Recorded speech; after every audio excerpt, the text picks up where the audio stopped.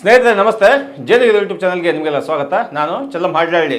ತಮಿಳುನಾಡು ಇಡೀ ದೇಶದಲ್ಲೇ ಭಾಳ ವಿಭಿನ್ನವಾದಂತಹ ಒಂದು ಹೆಸರು ತಮಿಳುನಾಡು ಅಂತಂದರೆ. ಯಾವ ರಾಜ್ಯ ಬೇಕಾದರೂ ಕೂಡ ತನ್ನ ಸ್ವಾಭಿಮಾನವನ್ನು ಕಳ್ಕೊಂಡು ಬದುಕಬಹುದು, ಆದರೆ ತಮಿಳುನಾಡು ಮಾತ್ರ ತನ್ನ ಸ್ವಾಭಿಮಾನಕ್ಕೆ ಒಂದು ಸಣ್ಣ ಕಪ್ಪು ಚುಕ್ಕೆ ಬಂದರೂ ಕೂಡ ಸಹಿಸಲಾರದಂಥ ಸ್ವಾಭಿಮಾನಿಗಳು. ತಮಿಳುನಾಡಿನಿಂದ ಕಲಿತಕ್ಕಂಥದ್ದು ಈ ರಾಷ್ಟ್ರದಲ್ಲಿ ತುಂಬ ಇದೆ. ಅಂತಹ ತಮಿಳುನಾಡಲ್ಲಿ ನನ್ನ ಎಲೆಕ್ಷನ್ ನಡೆದಿದೆ. ಒಂದೇ ಟರ್ಮಲ್ಲಿ ಎಲೆಕ್ಷನ್ ಮುಗಿಸ್ಬಿಟ್ಟಿದ್ದಾರೆ. ಪಶ್ಚಿಮ ಬಂಗಾಳದಲ್ಲಿ 2 ಟರ್ಮ್ ಇನ್ನೂ 29ಕ್ಕೆ ಮತ್ತೆ ಎಲೆಕ್ಷನ್ ಇದೆ. ಆದರೆ ತಮಿಳುನಾಡಲ್ಲಿ ಹಂಗೆ ಮಾಡಿಲ್ಲ. ತಮಿಳುನಾಡಲ್ಲಿ ಏಕಕಾಲಕ್ಕೆ ಅಷ್ಟೂ ಸೀಟ್ಗಳಿಗೆ ಎಲೆಕ್ಷನ್ ನಡೆದೋಗಿದೆ. ಅಲ್ಲಿ ಏನಾಗಿದೆ ಎಲೆಕ್ಷನ್ ಗ್ರೌಂಡ್ ಏನು ಹೇಳುತ್ತೆ ಅನ್ನೋದನ್ನು ನೋಡ್ತಾ ಹೋದರೆ ಆ ರಾಜಕೀಯ ಪಕ್ಷಗಳು ಹಿನ್ನೆಲೆಗಳೆಲ್ಲ ರೋಮಾಂಚನ, ಯಾವುದೇ ಸಿನಿಮಾಕ್ಕೆ ಹಿಂದಿಲ್ಲದಂತೆ ಕಥೆಗಳು ತರ್ಕೊಂತ ಹೋಗ್ತವೆ. ಆ ರೀತಿ ನೋಡೋದಾದ್ರೆ ಈಗ ತಮಿಳು ವೇಟ್ರಿಗ ಕಳಂ TVK ಅನ್ನುವ ಪಕ್ಷದಿಂದ ಮುಖಾಂತರ ಬಂದಿರತಕ್ಕಂಥ ದಳಪತಿ ವಿಜಯ್ ಈಗ ಬಹಳ ದೊಡ್ಡ ಸೌಂಡ್ ಮಾಡ್ತಾ ಇರ್ತಕ್ಕಂಥ ರಾಜಕಾರಣಿ, ಅಪ್ಕಮಿಂಗ್ ರಾಜಕಾರಣಿ, ಅತ್ಯಂತ ಯಶಸ್ವಿ ನಟ, ಅತಿ ಹೆಚ್ಚು ಫ್ಯಾನ್ ಫಾಲೋವರ್ಸ್ ಭಾರತದಲ್ಲೇ ಅಲ್ಲ ಇಡೀ ವಿಶ್ವದಲ್ಲೇ ಅತಿ ಹೆಚ್ಚು ಫ್ಯಾನ್ ಫಾಲೋವರ್ಸ್ನ ಹೊಂದಿರತಕ್ಕಂಥ ನಟ ಅಂತಂದರೆ ಆ ವಿಜಯ್ ಈಗ ತಮಿಳುನಾಡಿನ ಬೀದಿಗಳಲ್ಲೂ ಸುತ್ತಿ ತಮ್ಮ ಪಕ್ಷಕ್ಕೆ ಮತ ಹಾಕಿ ಅಂತ ಕೇಳ್ತಿರೋದು ಒಂದು ಹೊಸ ಹುಮ್ಮಸ್ನ ಹುಟ್ಟಾಕಿದೆ. ಅಷ್ಟು ಹುಟ್ಟಾಕಿದೆ ಬಿಟ್ರೆ ಸರ್ಕಾರದಷ್ಟು ಅಂತ ಹೋಗ್ತಾರಾ ಅಂತ ಒಂದು ಇಟ್ಟಿದೆಯಾ ಅಂತಂದರೆ ಗ್ರೌಂಡ್ ರಿಪೋರ್ಟಲ್ಲಿ ಆ ರೀತಿಯಾಗಿಲ್ಲ. ಒಂದು ವೇಳೆ ವಿಜಯ್ ತಮ್ಮ ರಾಜಕೀಯ ಜೀವನದಲ್ಲಿ ಬೇರೆ ಏನಾದ್ರು ಒಂದಷ್ಟು ಅಡ್ಜಸ್ಟ್ಮೆಂಟು ಅವ್ರ ಜೊತೆ ಹೊಂದಾಣಿಕೆ ಮಾಡ್ಕೊಂಡಿದ್ರೆ ಆ ಚಾನ್ಸ್ ಇತ್ತೋ ಏನೋ. ಆದರೆ ದಳಪತಿ ವಿಜಯ್ ಅವರ ನಿಲುವು ಭಾಳ ಗಟ್ಟಿಯಾದಂಗಿದೆ. ಅದು ಮತ್ತೆ ಯಾರನ್ನು ನೆನಪಿಸುತ್ತೆ ಅಂತಂದರೆ DMK ಪಕ್ಷ ಉದಯ ಆಗಬೇಕಾಗಿತ್ತಲ್ಲ. ಕಾಮರಾಜ್ ಅವರೊಂದು ಕಾಲ ಇತ್ತು. ಕಾಮರಾಜ್ ಅಂತಂದರೆ ತಮಿಳುನಾಡಿನ ಕಾಮರಾಜ್ ಅಂತಂದರೆ ಇಡೀ ಭಾರತದಲ್ಲೇ ಕಾಂಗ್ರೆಸ್ ಪಕ್ಷದಲ್ಲಿ ಅತ್ಯಂತ ಹಿಡಿತಾ ಇದ್ದಂತಹ ಒಬ್ಬ ರಾಜಕಾರಣಿ ಕಾಮರಾಜ್. ಅವರು ನೆಹರು ನಂತರದಲ್ಲಿ ಲಾಲ್ ಬಹದ್ದೂರ್ ಶಾಸ್ತ್ರಿ, ಅದಾದ ನಂತರ ಇಂದಿರಾ ಗಾಂಧಿ ಇಂಥವ್ರನ್ನ CM ಮಾಡಬೇಕಾದ್ರೆ ತಮಿಳುನಾಡಿನಿಂದ ಕಾಮರಾಜ್ ಮಾಡಿರ್ತಕ್ಕಂಥ ಕೆಲಸವನ್ನು ದೇಶದಲ್ಲಿ ಇನ್ಯಾರೂ ಕೂಡ ಮಾಡಿಲ್ಲ. ಅಂತಹ ಒಬ್ಬ ಪ್ರಭಾವಿ ರಾಜಕಾರಣಿ ಕಾಮರಾಜ್. ಅಂಥ ಕಾಮರಾಜ್ ಜೊತೆ ತಮ್ಮ ಮುನ್ಸನ್ನ, ಅಂದರೆ ನೀವು ಹಿಂದಿ ವಾದಗಳಿಗೆ ಬಕೆಟ್ ಹಿಡಿತೀರ, ನಿಮ್ಮ ನಿಲುವು ಸರಿ ಇಲ್ಲ ಅಂತೇಳಿ ಅಲ್ಲಿ ದ್ರಾವಿಡ ಮನಸ್ಸು ಅಂತೇಳಿ ಹೇಳ್ತಾರಲ್ಲ, ದ್ರಾವಿಡ ಅಸ್ಮಿತೆ ಅಂತ, ದಕ್ಷಿಣ ಭಾರತದ ಅಸ್ಮಿತೆ ಅಂತ, ಆ ರೀತಿಯ ಮಾತುಕತೆ ಶುರು ಮಾಡಿ DMK ಅನ್ನುವ ಪಕ್ಷ ಉದಯ ಆಗುತ್ತೆ. ಅದರಲ್ಲಿ ಅಣ್ಣಾದೊರೆ ಇರ್ತಾರೆ. ಅಣ್ಣಾದೊರೆ ಮೊದಲನೇ ಬಾರಿಗೆ 1967ರಲ್ಲಿ DMK ಪಕ್ಷ ಉದಯ ಆಗುತ್ತೆ. ಈ ವಿಚಿತ್ರ ಮುಂದೆ ನೋಡಿ, ಇದೇ DMK ಪಕ್ಷ ಇವಾಗ ಆಳ್ತಾ ಇದೆ. ಅದೇ DMK ಪಕ್ಷದಲ್ಲಿ ಕರುಣಾನಿಧಿಯವರ ಮಗ ಸ್ಟಾಲಿನ್ ಮುಖ್ಯಮಂತ್ರಿ ಆಗಿದ್ದಾರೆ.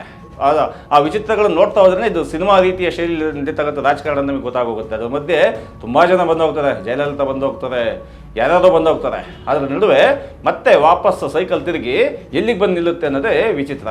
ಈಗ ಆ ಹಾದಿಯಲ್ಲಿ ತಮ್ಮ ಸ್ವಾಭಿಮಾನ, ತಮಿಳುನಾಡಿನ ಸ್ವಾಭಿಮಾನವನ್ನು ಮತ್ತೆ ಎತ್ತಿಡಿದಕ್ಕೆ ಬಂದಿರತಕ್ಕಂತಹ ಒಬ್ಬ ರಾಜಕಾರಣಿ ಅಂತಂದರೆ ಅದು ವಿಜಯ್ ಅಂತ ಹೇಳ್ಬಿಟ್ಟು ಇಡೀ ತಮಿಳುನಾಡು ಭಾವಿಸಿದೆ. ಯಾಕೆ ಅಂತಂದರೆ ಈ DMK ಪಕ್ಷ ಇದೆಯಲ್ಲ, DMK ಪಕ್ಷ ಈ ಹಿಂದಿ ಹೇರಿಕೆ, ಉತ್ತರ ಭಾರತದವರು, ಕಾಂಗ್ರೆಸ್ಸು ಅದರ ನೀತಿಗಳ ವಿರುದ್ಧ ಸಿಡಿದದ್ದು ಪಕ್ಷ ಕಳೆದಂಥದ್ದು. ಅದಾದ ಅಣ್ಣಾದೊರೆ ಆದಮೇಲೆ ಅಲ್ಲಿ ಕರುಣಾನಿಧಿ ಅಂತ ಒಬ್ಬ ಪ್ರಭಾವಿ ರಾಜಕಾರಣಿ 10 ವರ್ಷಗಳ ಕಾಲ ಮುಖ್ಯಮಂತ್ರಿ ಆಗಿರ್ತಾರೆ. ಆ ನಂತರದಲ್ಲಿ DMKಯಿಂದ AADMK, ಯಾರು MGR, ಭಾಳ ದೊಡ್ಡ ಚಿತ್ರನಟ, ತಮಿಳುನಾಡಿನಲ್ಲಿ ಅತಿ ದೊಡ್ಡ ಸ್ಟಾರ್ MGR ಅಂತಂದರೆ. MGR 1971ನಲ್ಲಿ ಅವರು DMKಯಿಂದ ಆಚೆಗೆ ಬಂದು AADMK ಪಕ್ಷ ಕಟ್ತಾರೆ. ಅದಾದ ನಂತರ ಅವರು 2 ಅವಧಿಗೆ ಮುಖ್ಯಮಂತ್ರಿ ಕೂಡ ಆಗ್ತಾರೆ. ಅದಾದಮೇಲೆ ಅವರ ತೀರ್ಕೊಂಡ ನಂತರ ಅವರ ಉತ್ತರಾಧಿಕಾರಿಯಾಗಿ ಜಯಲಲಿತಾ ಮುಂದುವರ್ಕೊಂಡು ಹೋಗಿ ನಿಮಗೆಲ್ಲ ಗೊತ್ತಿರ್ತಕ್ಕಂಥ ವಿಚಾರ. ಇಲ್ಲಿ ಭಾಳ ಮುಖ್ಯವಾಗಿ ಗಮನಿಸಬೇಕಾದಂಥ ಇನ್ನೊಂದು ವಿಚಾರ ಏನು ಅಂತಂದರೆ, ಯಾವ ಪಕ್ಷ ಕಾಂಗ್ರೆಸ್ನ ನೀನು ಸರಿ ಇಲ್ಲ ಪಕ್ಷ ಇದು ಅಂತೇಳಿ ಆಚೆ ಕಡೆ ಬಂದಿತ್ತಲ್ಲ, ಯಾವ ಪಕ್ಷ ಅದು? DMK ಪಕ್ಷ. ಆ DMK ಪಕ್ಷ ಇವಾಗ ಕಾಂಗ್ರೆಸ್ ಅಲಯನ್ಸ್ ಜೊತೆ ಇದೆ. ಆ ಕಾಂಗ್ರೆಸ್ ಅಲಯನ್ಸ್ ಜೊತೆ ಇರೋ ಕಾರಣಕ್ಕೋಸ್ಕರನೇ ಲಾಸ್ಟ್ ಟೈಮ್ 2021ನೇ ಇಸ್ವಿಯಲ್ಲಿ ಸ್ಟಾಲಿನ್ ಮುಂದಾಳತ್ವದಲ್ಲಿ ಕಾಂಗ್ರೆಸ್ ಸಪೋರ್ಟ್ ತಗೊಂಡು ಬಹುತೇಕ ಬಹುಮತವನ್ನು ತಗೊಂಡು ಮುಖ್ಯಮಂತ್ರಿ ಆಗಿರ್ತಕ್ಕಂಥದ್ದು. ಒಂದು ಕಡೆ ಯಾವ ಪಕ್ಷ ಬೇಡ ಅಂತ ಕಾಂಗ್ರೆಸ್ ಇತ್ತೋ ಅದೇ ಕಾಂಗ್ರೆಸ್ ಜೊತೆಗೆ DMK ಹೊಂದಾಣಿಕೆ. ಇನ್ನೊಂದು 1971ರಲ್ಲಿ ಇವರು ಸರಿ ಇಲ್ಲ ಅಂತ ಸಿಡಿದು ಬಂದಿದ್ದಾರಲ್ಲ MGR ಟ್ರೂಪು, MGR ಕಡೆಯಿಂದ ಅವರು MGR ನಂತರ ಜಯಲಲಿತಾ CM ಆದರು. ಜಯಲಲಿತಾ CM ಆದಾಗಲೂ ಕೂಡ ಅವ್ರು ಇವಾಗ ಏನು ಮಾಡ್ತಾರೆ, ಅವರು ಕೂಡ ದ್ರಾವಿಡ ಸಂಸ್ಕೃತಿ, ದ್ರಾವಿಡಿಯನ್ಸು, ತಮಿಳು ಭಾಷೆ ಈ ಥರದ್ದು ಮಾತಾಡ್ತಾ ಇರ್ತಕ್ಕಂಥವ್ರು ಇವರು ಕೂಡ NDA ಅಲಯನ್ಸ್ ಜೊತೆ ಸೇರ್ಕೊಂಡ್ಬಿಟ್ರು. ಯಾವಾಗ ಇತ್ತೀಚಿನ ಕಳೆದ 2 ಅವಧಿಯಲ್ಲಿ ಜಯಲಲಿತಾ ಇರೋ ತನಕ ಆ ಶಕ್ತಿ ಅವ್ರು ಮಾಡಿದ್ದಿಲ್ಲ. ಈ ಹಿಂದಿನ ರಾಜಕಾರಣಿಗಳಿದ್ದಾರಲ್ಲ, ಅಣ್ಣಾದೊರೆ ಆಗಿರ್ಬೋದು, ಅಣ್ಣಾದೊರೆ ನಂತರ ಕರುಣಾನಿಧಿ ಆಗಿರ್ಬೋದು, ಕರುಣಾನಿಧಿ ನಂತರದಲ್ಲಿ MGR ಆಗಿರ್ಬೋದು, ಇವರಿಗೆಲ್ಲ ಇದ್ದಂತಹ ಒಂದು ಸ್ಪಷ್ಟವಾದ ನಿಲುವು ಇವ್ರು ಯಾರಲ್ಲೂ ಕಾಣಿಸ್ತಿಲ್ಲ. ಹಂಗಾಗಿನೇ ಒಂದು DMK ಪಕ್ಷ ಕಾಂಗ್ರೆಸ್ ಜೊತೆ ಹೋದರೆ AADMK ಪಕ್ಷ BJP ಜೊತೆ ಹೋಗಿದೆ. ಇದು ಮೂಲದಲ್ಲಿ ತಮಿಳುನಾಡಿನ ಮತದಾರರಿಗೆ ಅಸಹನೆ ಉಂಟು ಮಾಡಿದೆ.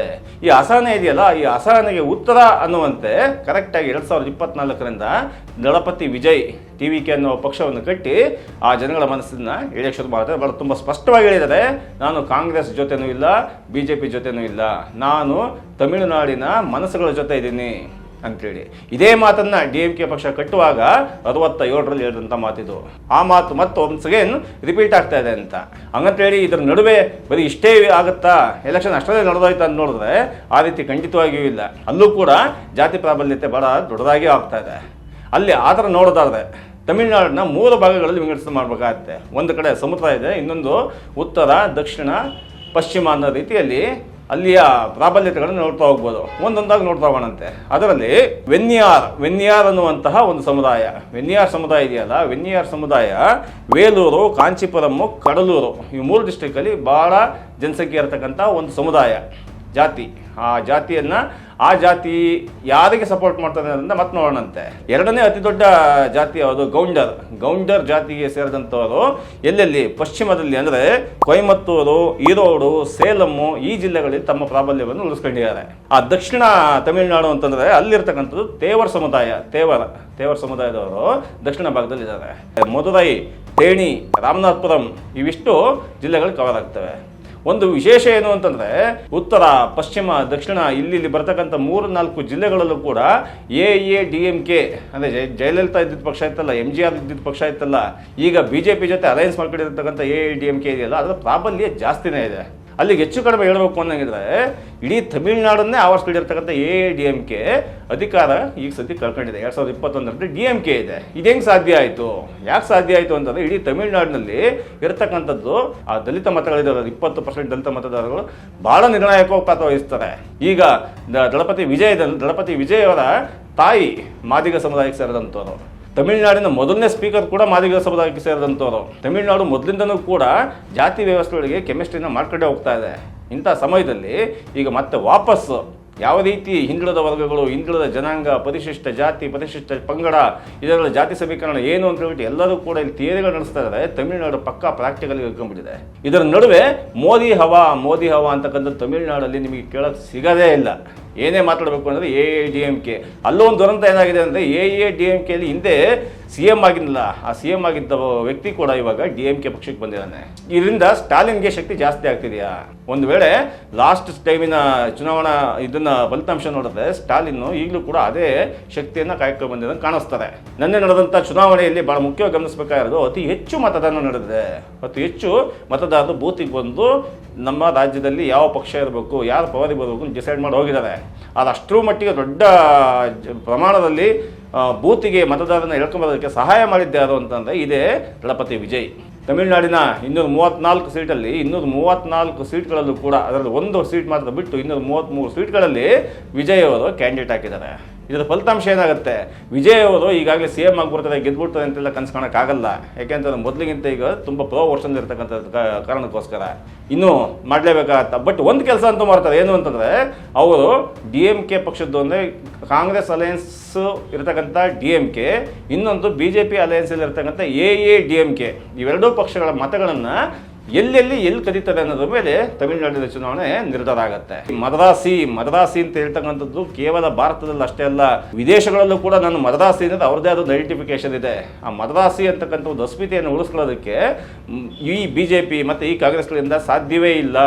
ಆ ರೀತಿಯ ಸ್ವಾಭಿಮಾನ ನಮಗೆ ಉಳಿಸಬೇಕು ಅನ್ನೋಂಗಿದ್ರೆ ನಮಗೆ ಇಲ್ಲಿದೆ ಪಕ್ಷ ಬರಬೇಕು ಅನ್ನೋ ಕಾರಣಕ್ಕೋಸ್ಕರನೇ ಕಾಮರಾಜ್ ಅವರನ್ನು ದೂರ ಇಟ್ಟು DMK ಪಕ್ಷ ಬಂದಿದ್ದು, DMK ಪಕ್ಷದಿಂದ ಆಚೆ ಬಂದು AADMK ಪಕ್ಷ ಬಂದಿದ್ದು, ಇನ್ನೂ ಸಣ್ಣ ಪುಟ್ಟ ಪಕ್ಷಗಳು ಎಲ್ಲರದ್ದು ಒಂದೇ ಅಜೆಂಡಾ, ತಮಿಳುನಾಡು ತನ್ನದೇ ಆದ ಸ್ವಾಯತ್ತತೆಯನ್ನು ಉಳಿಸ್ಕೋಬೇಕು ಅನ್ನೋ ರೀತಿಯ ಸ್ವಾಭಿಮಾನದ ನಿಲುವು.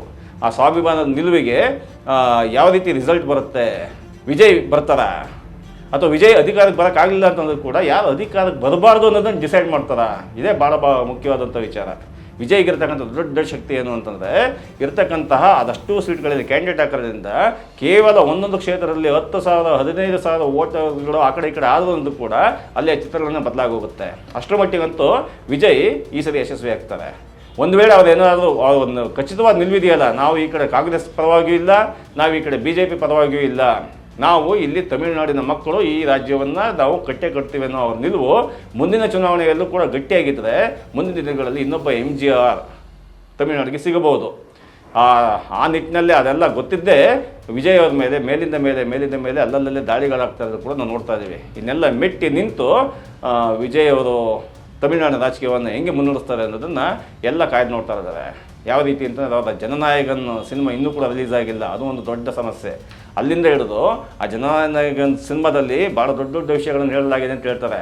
ಅದೇ ರೀತಿಯ ವಿಷಯಗಳನ್ನು ವಿಜಯ್ ಜನಗಳ ಮುಂದೆ ಇಟ್ಟು ಗೆಲ್ತಾರಾ ಅಥವಾ ಈ ಎಲೆಕ್ಷನ್ ಏನಾಗುತ್ತೆ ಅನ್ನೋದನ್ನು ಕಾದು ನೋಡೋಣಂತೆ. ಧನ್ಯವಾದಗಳು.